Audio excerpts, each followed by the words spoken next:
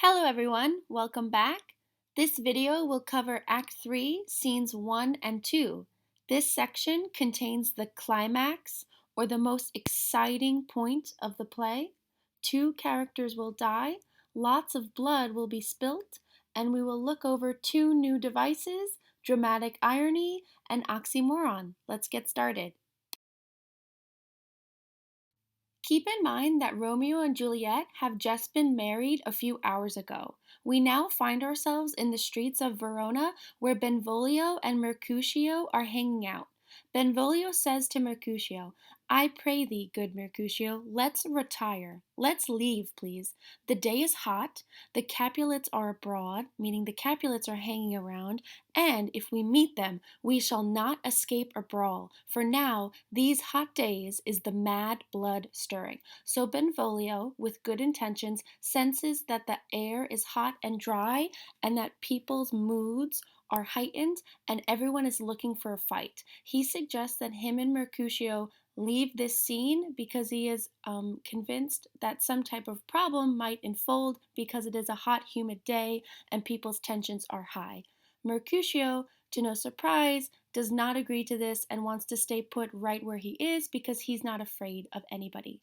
Just then, Tybalt approaches the two men and says, "Hey, you boys are Romeo's friend. I'm looking for Romeo because I want to fight him." Remember, Tybalt sent a letter to Romeo's home trying to fight Romeo. Benvolio wants to leave, right? He does not want to get caught in the middle of these aggressive crosshairs, but Mercutio, being protective of his best friend, is like, "Yeah, we're Romeo's buds. What's it to you, Tybalt? He's looking for a fight." Now, Tybalt doesn't necessarily want to Mercutio. Remember, he's just using Mercutio and Benvolio as a means to find Romeo because he's trying to kick Romeo's butt. But Mercutio is being protective of his best friend, so he's trying to get in Tybalt's face.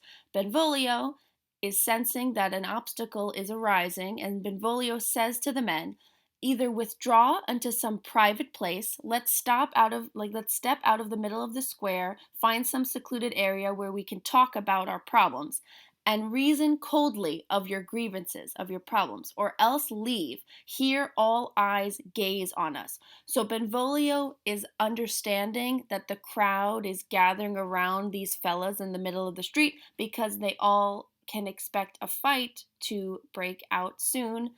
And Mercutio says the following: "Men's eyes were made to look, and let them gaze. I will not budge for no man's pleasure." So as the picture indicates, Mercutio and Tybalt are kind of going chest to chest, and a problem might break out between them.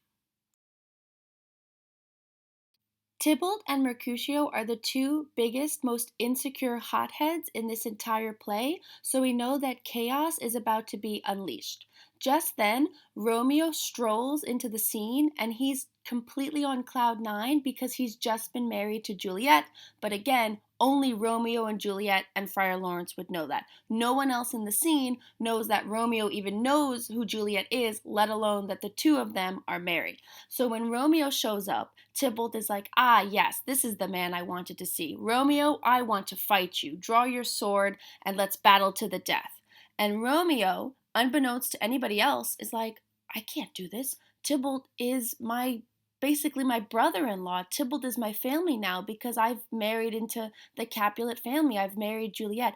I can't fight him." So Romeo, trying to de-escalate the situation, says to Tybalt, "I do protest. I never injured thee, Tybalt, but I love you. I love thee better than thou canst devise, till thou shalt know the reason of my love." So what Romeo is suggesting there is, "Oh, Tybalt, I can't quite explain everything right now, but believe it or not, I actually love you and I don't want to fight with you. Let's put our weapons away." And Tybalt is just shell shocked and he is making fun of Romeo, thinking, what kind of silliness is this? Pick up your sword and fight me, dude. Why are you telling me you love me? What?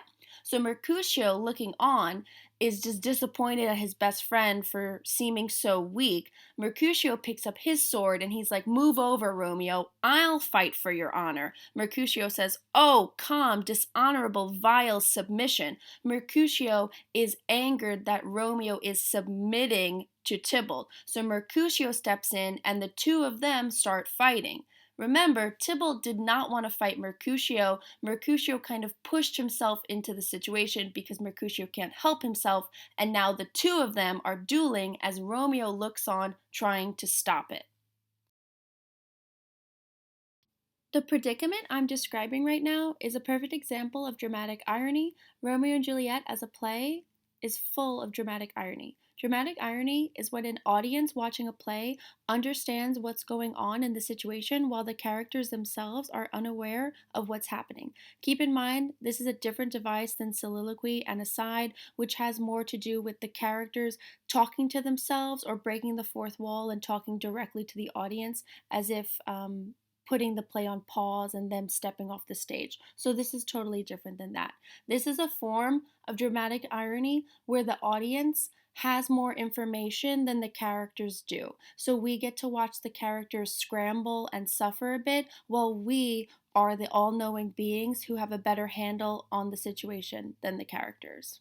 A textbook example of dramatic irony is a horror movie in which we as the audience know that the axe murderer is hiding in the basement, but the characters don't, and then they suggest some crazy idea like, hey, I know, let's go explore the basement. While we're sitting there in our seats and our popcorn watching the movie, we can kind of facepalm and think, oh, if only they knew that they were going to their death. Oh, well, they don't, so let's see what unfolds.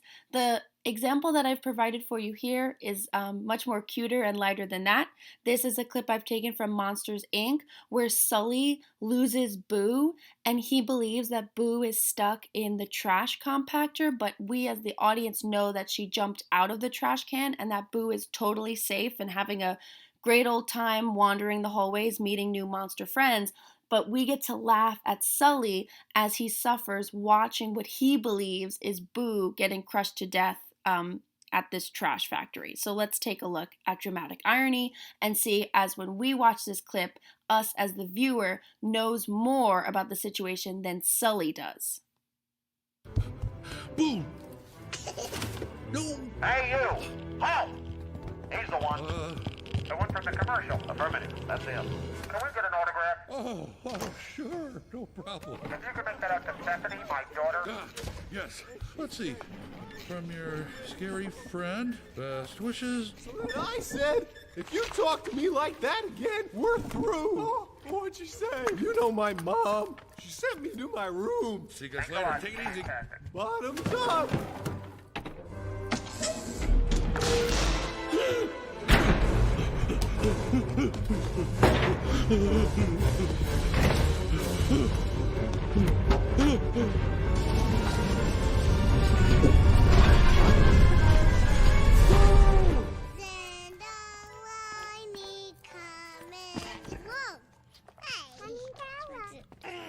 Oh, well, hello there. What's your name?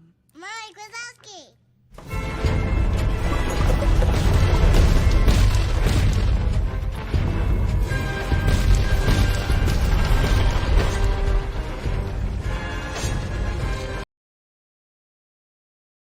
So Tybalt and Mercutio continue to duel as the entire town square has descended into madness. Random people have crowded around, starting to cheer for their favorite family, whether they're Team Montague or Team Capulet, as Romeo and Benvolio struggle to keep the peace and break up the fight. Unfortunately, Mercutio ends up dying, and what's especially cruel about his death is the fact that Romeo got in the middle of it. Romeo managed to wedge himself between Tybalt and Mercutio because he was trying to break up the fight, and Tybalt stabbed Mercutio through Romeo's arm. So Romeo was physically and both, literally and figuratively between these two men as they were battling it out, and Mercutio felt very betrayed that he had to stick up for Romeo because Romeo wasn't even sticking up for himself. And then as the fight commenced, Romeo seemed to almost side with Tybalt because he was not backing up Mercutio and saying crazy things as if he loved Tybalt. So Mercutio was really angered and disappointed by Romeo, and Mercutio feels very betrayed. Mercutio utters these famous lines. He says, as he's dying, a plague on both your houses. So a plague is a serious type of sickness, and what Mercutio is saying is that he hopes both the Capulets and the Montagues die because their rivalry is so vicious and ugly that it has pretty much affected every single person that lives in Verona, right? Everybody is tainted by this bitterness that exists between these families. So Mercutio says, a plague on both your houses. He also, as he's dying, in true Mercutio fashion, makes some jokes. So Mercutio says, ask for me tomorrow, and you shall find me a grave man. I've highlighted the word grave in red because grave is a pun, meaning that there's two separate meanings to this single use of the word grave, because grave can also mean like a headstone where you put somebody's body once they're dead. So Mercutio is aware that he's dying and he's saying, tomorrow you will find me a grave man, as in a man inside of a grave. But grave also means sad and serious, and he's saying, I am a sad and serious and upset man.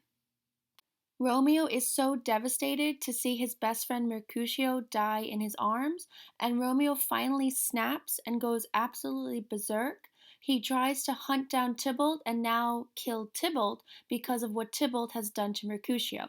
Romeo says to Tybalt, staying for thine to keep him company, meaning I want you to go keep Mercutio company in heaven or hell, meaning that you should die too. Either thou or I or both must go with him. So we can see that Romeo is completely over the edge when he says either you or I or both of us will go meet Mercutio, meaning that Romeo is putting his life on the line. Even though he's a new husband to Juliet, he is just so at the end of his rope and devastated at the loss of his friend that now he wants revenge and he's seeking it against Tybalt. The following scene will show Mercutio dying because Tybalt has just mortally wounded him, and then we will see Romeo snap and pursue Tybalt, and then Tybalt and Romeo will begin to fight to the death. Let's have a look. Mercutio! Romeo! Poor Mercutio's dead.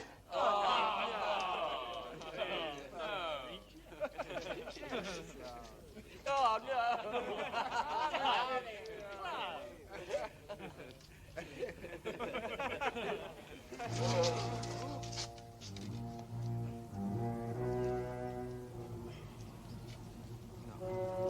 This day's black fate on more days doth depend. This but begins the world, others must end. He gone in triumph, and Mercutio slain! Away to heaven! Expected lenity! Fire! Fury be my conduct now!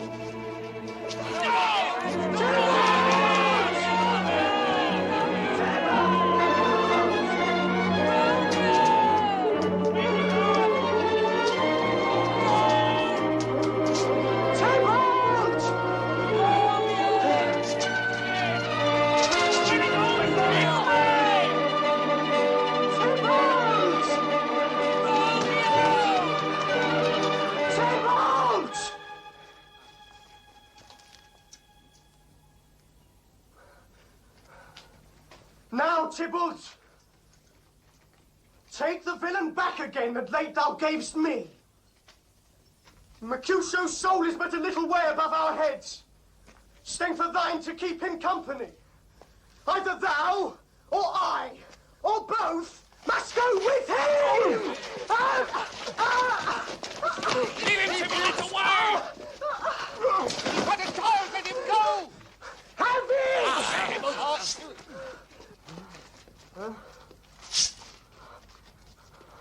Sword, Romeo! Oh, thou wretched boy that didst consort him here, shout with him hence. This shall determine that.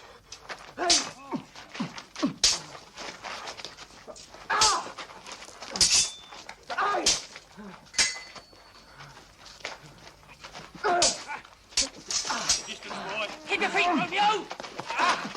Get inside his guard, Tybalt! Attack the head, Romeo!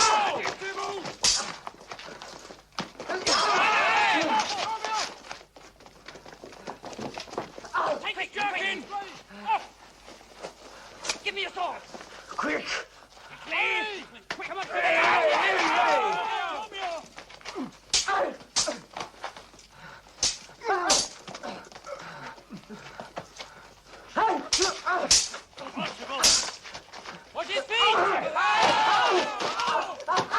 your head away! I fast forwarded the last clip so that we can move things along. You're going to watch the continuation of the same fight scene. Romeo and Tybalt are at each other's throats, and you'll see that Romeo in a second will successfully kill Tybalt. So now Tybalt will die, and Romeo will utter the famous words, "Oh, I am fortune's fool," harking back to that idea of fate, and Romeo acknowledging that he is an idiot who has been at the mercy of the fates, totally avoiding free will.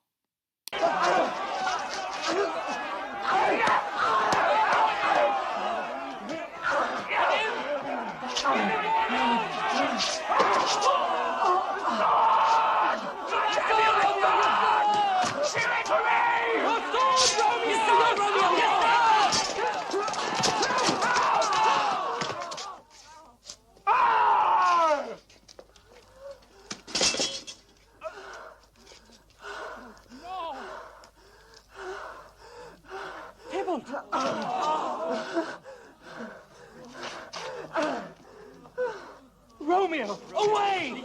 Be gone!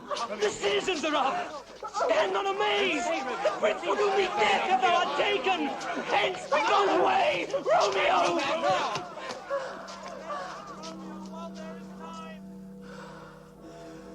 I'm fortune's fool! Oh, Romeo! Away! Away! Romeo!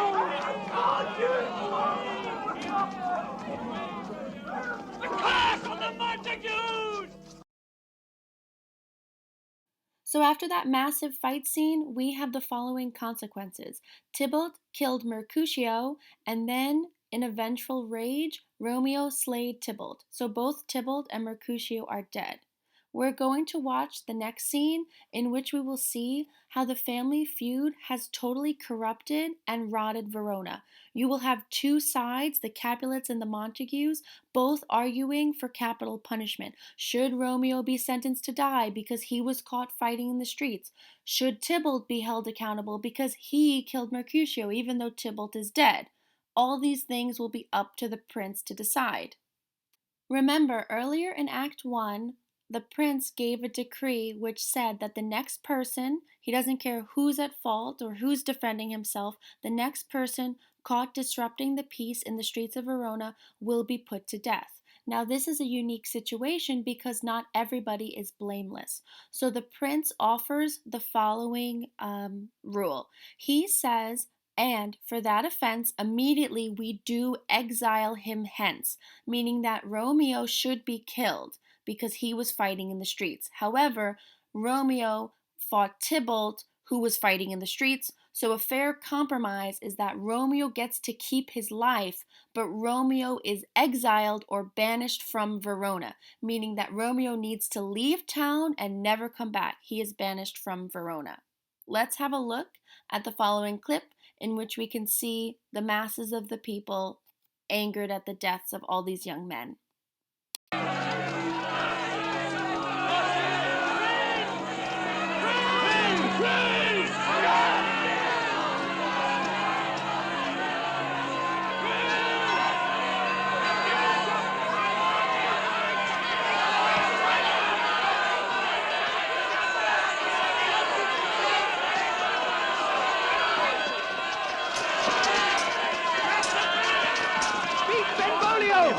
Speak!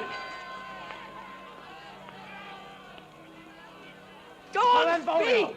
Prince, as thou art true, for blood of ours, shed blood of Montague.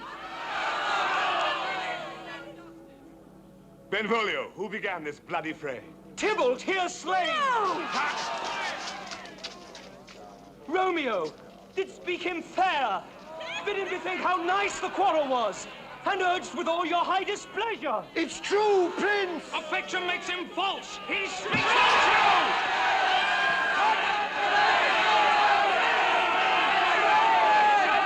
I beg for justice, which thou, Prince, must give. Romeo slew Tybalt. Romeo must not live. Romeo slew him!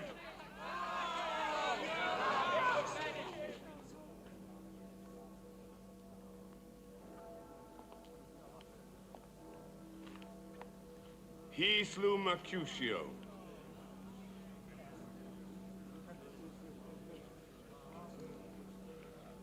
Who now the price of his dear blood doth owe?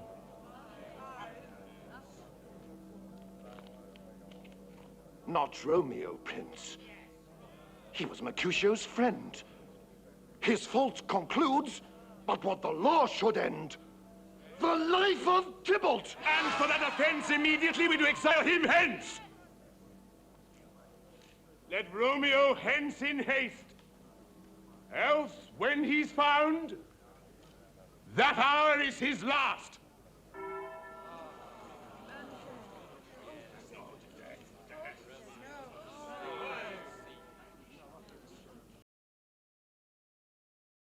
In the next scene, we find Juliet sitting at home unbeknownst to everything. The nurse arrives home with the horrible news that her cousin Tybalt is dead and that Romeo was the one who murdered him. Juliet is initially horrified and disgusted at the events that just took place, but eventually she sides with Romeo. She loved Tybalt, who was her cousin, but she says that she will always love Romeo more because he is her husband. Juliet uses an oxymoron when she talks about Romeo. An oxymoron is a figure of speech in which two opposite ideas are joined. It's usually an adjective paired with a noun in which the adjective and the noun denote two totally opposite meanings. So some common examples are the following: deafening silence, open secret, and jumbo shrimp. So if you look at the middle example, open secret, that is a great example of an oxymoron because when you think about it for a few seconds longer, it really does not make sense. A secret is supposed to be a fact that's kept on the down low or the hush, meaning that no one really knows about it, but it's described as being open, which means that everybody knows about it. So that's why oxymorons are used. Juliet uses some in the following lines. She says, "Oh, serpent heart, hid with a flowering face, beautiful tyrant, fiend angelical." So a tyrant is normally somebody who's bad, but this person is being described as beautiful. She goes on, "Dove-feathered raven." Ravens are typically ugly birds and doves are typically beautiful birds. So a dove-feathered raven is also an oxymoron, as well as wolvish ravening lamb. She calls Romeo a damned saint because she loves her husband. He's saint-like, but she's also calling him damned, which is something that saints typically aren't. And lastly, an honorable villain. I think you get the point from here. I think this is a useful time to remind you of Friar Lawrence's wise words to the young couple when he said to love moderately and to try to slow things down so that they don't meet a violent end.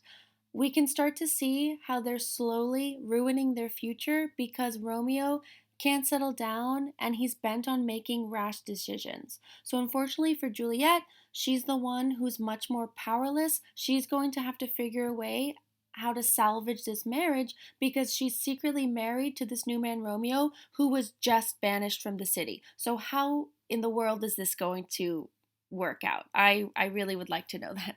So Juliet says to her nurse, "Oh, find him," meaning Romeo.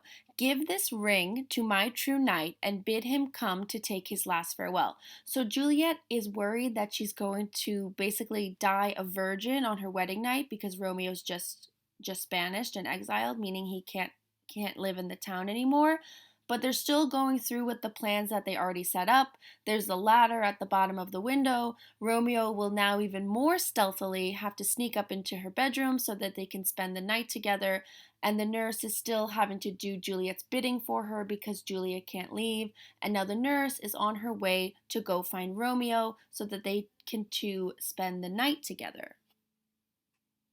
I've included the picture on the right because you can see by the nurse's expression that even though she's Juliet's biggest proponent, her biggest fan, her mother figure, you can see by the worried expression on her face that she no longer condones this relationship between Juliet and Romeo. She's angry that Romeo killed Tybalt because she's part of the Capulet family basically as their servant, and she thinks that everything has gone into turmoil and that Juliet should get out of this marriage, but she's still going to contact Romeo so that they can share the night together. But unfortunately, things are really starting to go south for everybody.